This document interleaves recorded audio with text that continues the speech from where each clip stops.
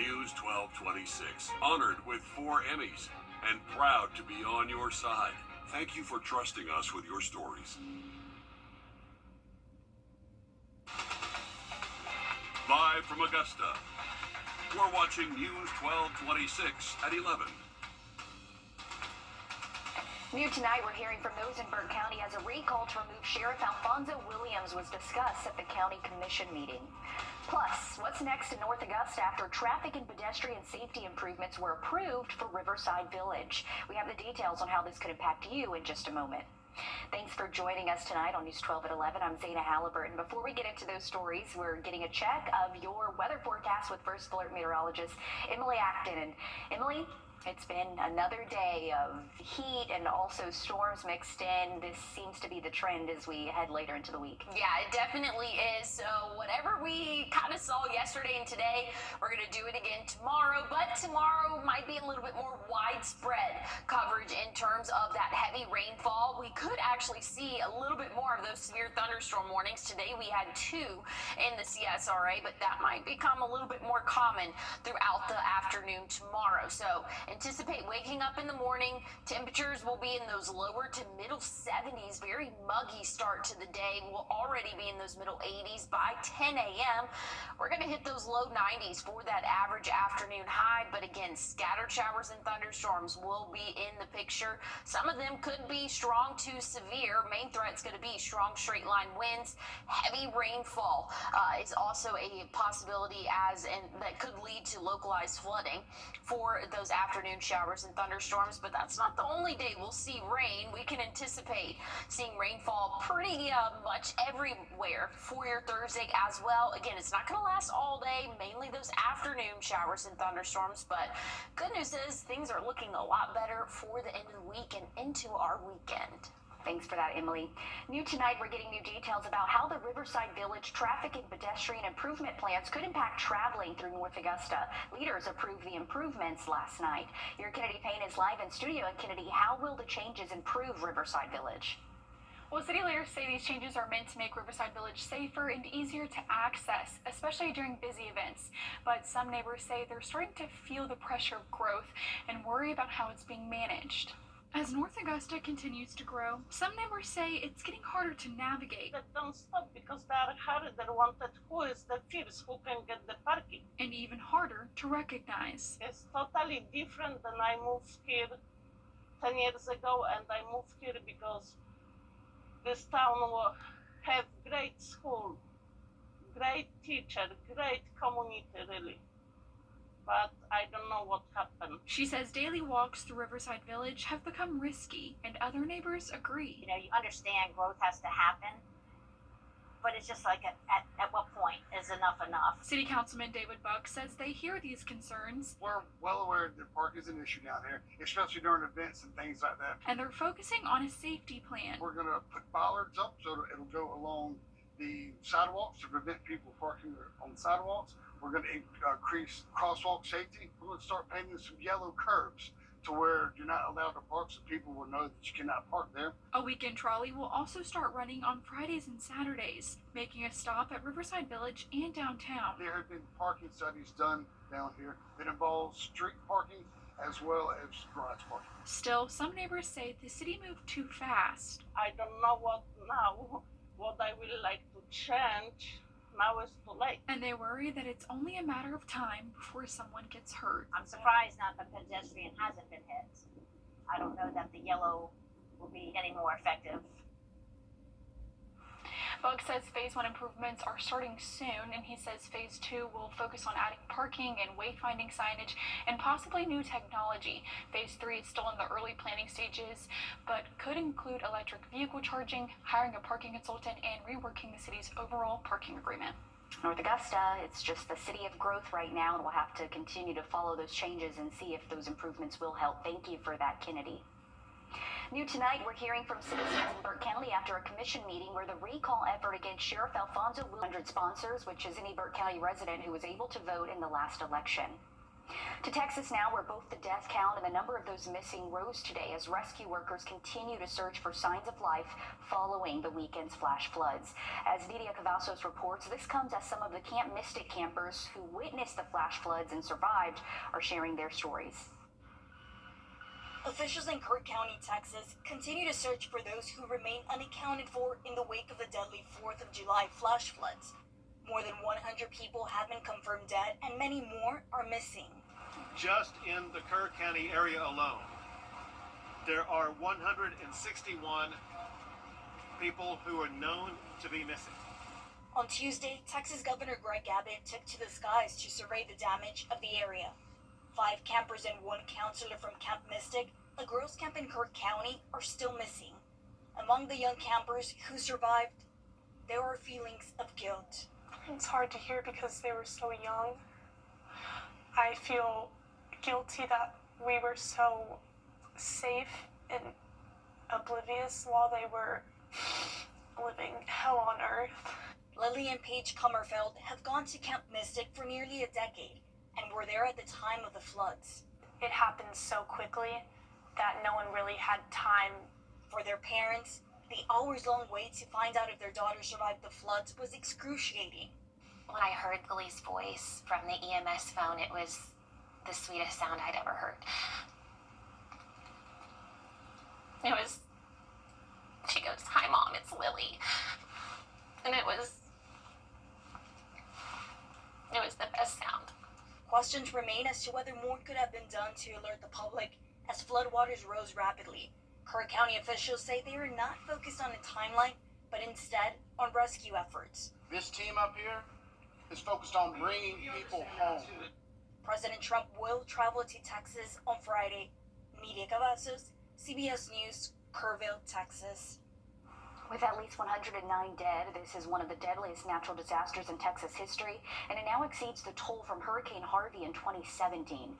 Here at home, one local nonprofit is helping survivors of the Texas floods. This is video from January of the Augusta Training Shop when I did a story with them. The nonprofit employs adults with various disabilities, giving them a chance to show their talents. They're making wooden crafted hearts for people in Texas tomorrow starting at 9:30 in the morning. They're located on Jenkins Street in downtown Augusta, and you can help them out. No skills are needed to show up. If you would like to support, we have a link to our website to the Augusta Training Shop. Just head to wrdw.com to learn more.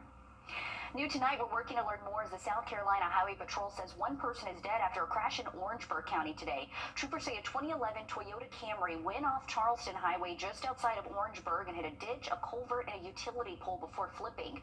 The driver was the only person in the car. We've reached out to the coroner's office for the name of the victim. Developing tonight, 35-year-old Edwin Anderson is in custody after a shooting on Saturday. Deputies say one person was shot in the stomach and sent to the hospital. The shooting happened near apartments on Giddings Road on July 5th. Deputies were called out to reports of a stolen gun earlier in the day before the shooting. A second victim said they did not see Anderson take the gun, but said he was the only person to know where the gun was. Anderson is charged with aggravated assault and 2 gun charges. Day 2 of Georgia's early voting in the Democratic special primary runoff.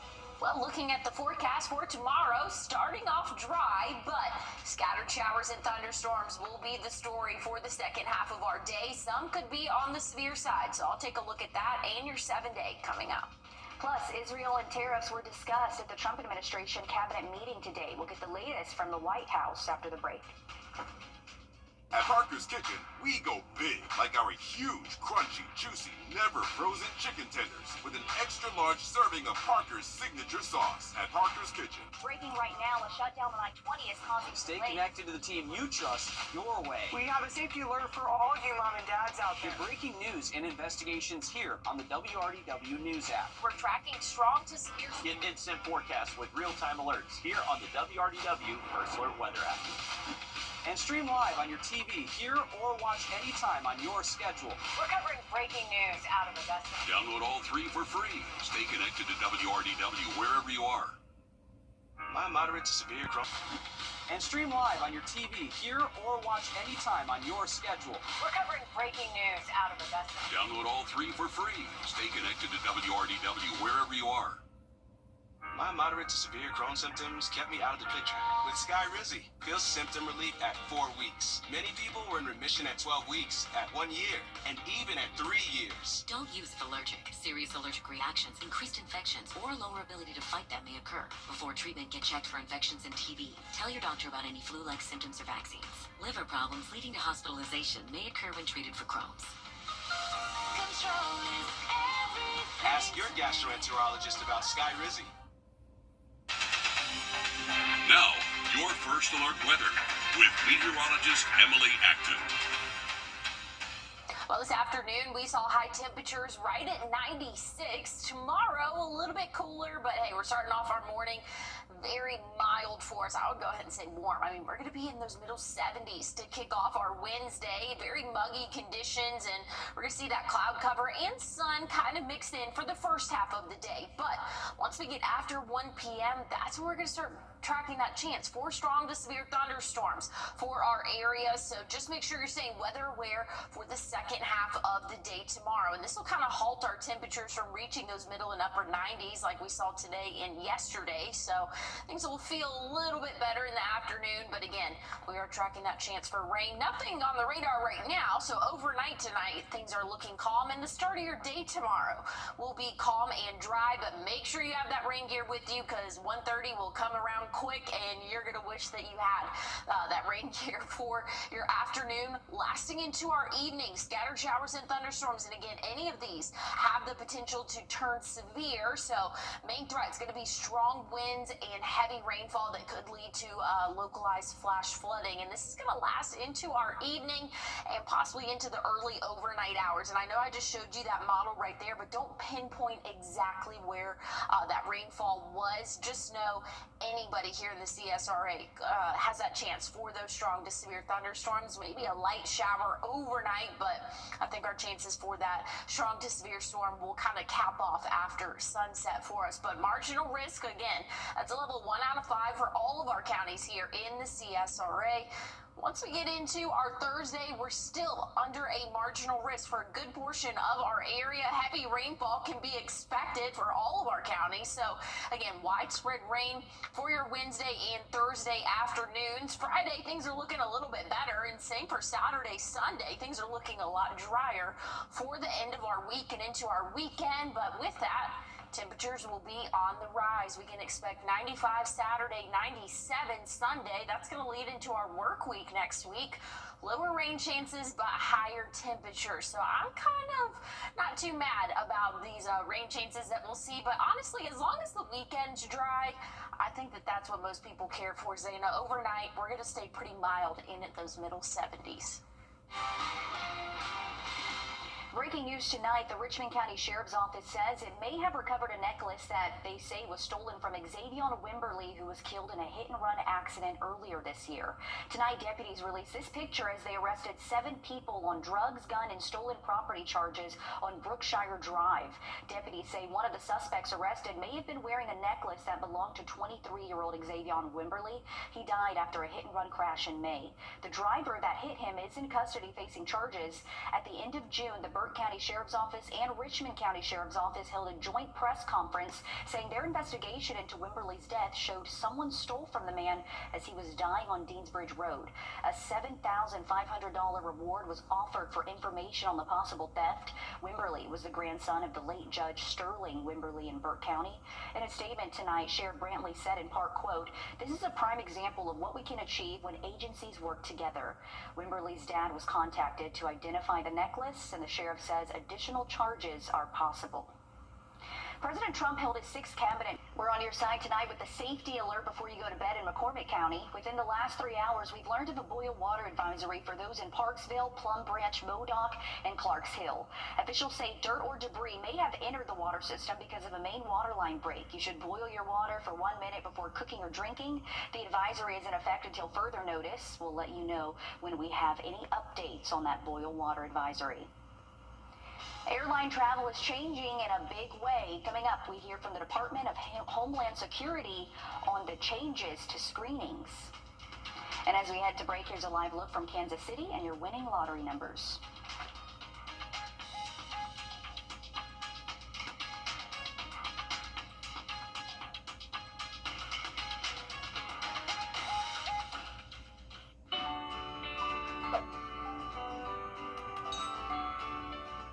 matters most, George Sink Injury Lawyers delivers results. I was rear-ended by a drunk driver. They got me $1.5 million.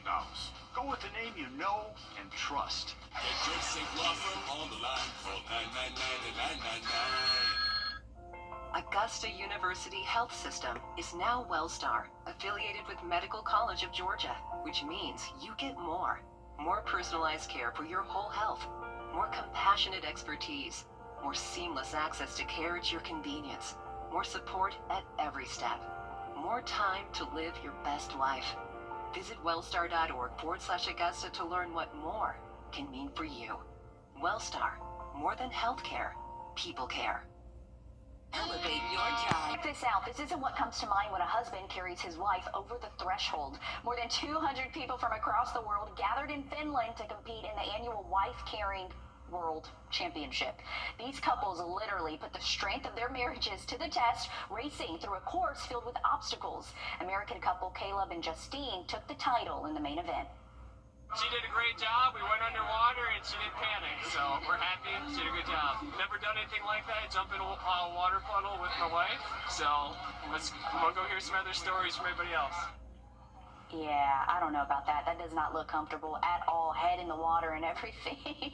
The wife-carrying championship isn't just for men and their wives. For the first time, the competition featured a series just for women. 5 all-female teams signed up for the new category. So congrats to the winners. And yeah, you're pretty strong, I guess. Coming up, we're just 53 days away from football season here in Georgia. Your sports director, Alyssa Lyons, has a breakdown of what we can expect this season from the Dogs. The CSRA. It's where we were born, where we live, where we work, where we're raising our families. It's our home. That's why the people of the CSRA count on us after an accident. Injured? Call me, the Augusta guy, 706-724-7224. Answers to your legal claims play here. Hey Green Jackets fans, when you're at the plate, there's nothing worse than striking out without ever swinging. You gotta make the most of your chances. And after a car accident, you can't just sit back, let life throw heaters at you, and do nothing. Call Austin Jackson, the official injury lawyers of the Augusta Green Jackets. First Alert Radar, powered by Jim Hudson Automotive Group. On your sideline, sponsored by Chandler Law Firm. Kirby Smart had no problem ripping on the SEC at last year's conference championship about strength of schedule, sending the Dogs on the road all year long. Those teams now putting on mileage with a destination of Sanford Stadium this fall, while Marshall and Austin Peay are considered throwaway games. Mississippi State, Auburn, and Tennessee are true road tests for the Red and Black this season. Kirby Smart's return to the top of the pecking order in the SEC begins with the Volunteers. This will be the 55th all-time meeting between the two. Georgia has won every year since 2017, and in the 4 games they played at Rocky Top in that time, Georgia has won by 3 touchdowns or more. Outside of Texas, Georgia has the toughest schedule in the country, according to ESPN's Football Power Index. The hardest stretch for this year's Dogs comes one after the other, from Saturday, September 27th to October 18th. All SEC teams: Alabama, Kentucky, Auburn, and Ole Miss. Week 5, Alabama has always been the thorn in between the hedges. Nick Saban has halted Georgia from winning multiple SEC and national championships, the tie the only SEC team to overthrow the Dogs since 2020. And for the first time since 2015, Alabama will return to Athens for a night game. The Dogs fans present a decade ago, they can still feel the sour taste of the loss handed to them on a silver platter by Derrick Henry. Week 6, the Dogs will try to avoid a repeat close call when they host Mark Stoops' Wildcats for a luncheon.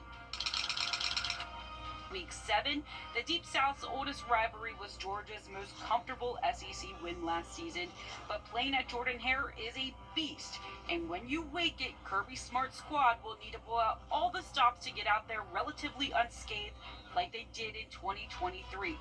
And because of where it falls, it could be a defining point of not only Georgia's confidence, but their playoff hopes too. Week 8, Ole Miss books a bus ticket to Athens, and last time they did that, the Rebs were lined up for the return trip before the clock wore out. The Dogs are the start of a 3-game SEC stretch for Lane Kiffin's squad. They get their second bye before the cocktail party. It's the last year the annual Florida-Georgia meeting will be played in Jacksonville until 2028. They get through the gauntlet, the last team to round out the night's table and get to the Holy Grail, Texas, Georgia's final SEC game of the season. It will be the Horns' first trip to North Georgia. Last year, the Dogs made Texas fans dazed and confused, winning both encounters. Each were two of the three SEC teams to make the college football playoff in that extended format. The two teams are expected to be ranked in the top 10 to start the 2025 season, but both have a tricky road to navigate before it all comes to a head on November 15th. Now, if you take a look at this schedule, 4 SEC opponents, Alabama, Auburn, Florida, and Texas, will all be coming off of bye weeks before facing Georgia. The Dogs' road to the top won't be tough. It'll be relentless. Well, thank you for that update, Alyssa. Wanting to look at what to wear tomorrow, you're definitely going to need that rain gear. We have another wet afternoon in store, but I'll have a look at what we can expect for the next 7 days one more time coming up. Your What to Wear forecast is sponsored by Bojangles. Bojangles just launched the new Morning Mix mug. And catch the mix Wednesday and Friday mornings to see if you're a winner. Enter today. Starbucks is out with a new Frappuccino drink. The Strato Frappuccino blended beverage comes in 3 different flavors: strawberry matcha, salted caramel mocha, and brown sugar. The new drink combines cold foam and Frappuccino to create a layered look. The coffee chain is delivering this new item after canceling a handful of less popular drinks from its menu. So this is all for the coffee lovers out there. Try a new Frappuccino. Fraps are my go-to, Emily. I probably prefer a Frappuccino over hot coffee. For you? Yeah, none of the above. Coffee. Yeah, I'm not a big coffee fan or the Frappuccinos. If I had to try one of those 3, though, I would do the brown sugar one, and that's only because I like brown sugar Pop-Tarts. So I just feel like maybe it could kind of be close to a Pop-Tart. I don't know, that's the only reason, but the other one's probably not for me.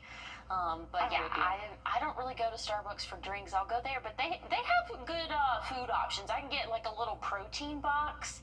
Those are good. Their cake pops are good. So I'll go there for the food, but not the drinks, which I'm probably like 1 out of 1,000 that I'm sure a lot of people are like that too. I'm not huge on like drinking coffee too much, but I definitely like Frappuccinos. I'm all about the Frappuccinos, and Frappuccinos are good when it's hot outside. Yep, that's what I was about to say. Yeah, it is going to be toasty, but hey, we're tracking that chance for strong to severe storms for your Wednesday. Stay weather aware. We'll have another update coming up in the morning. Thanks, Emily. I'm going to go get a Frappuccino right now. Just kidding, it's too late for that. Thanks for joining us tonight. Tune in tomorrow morning.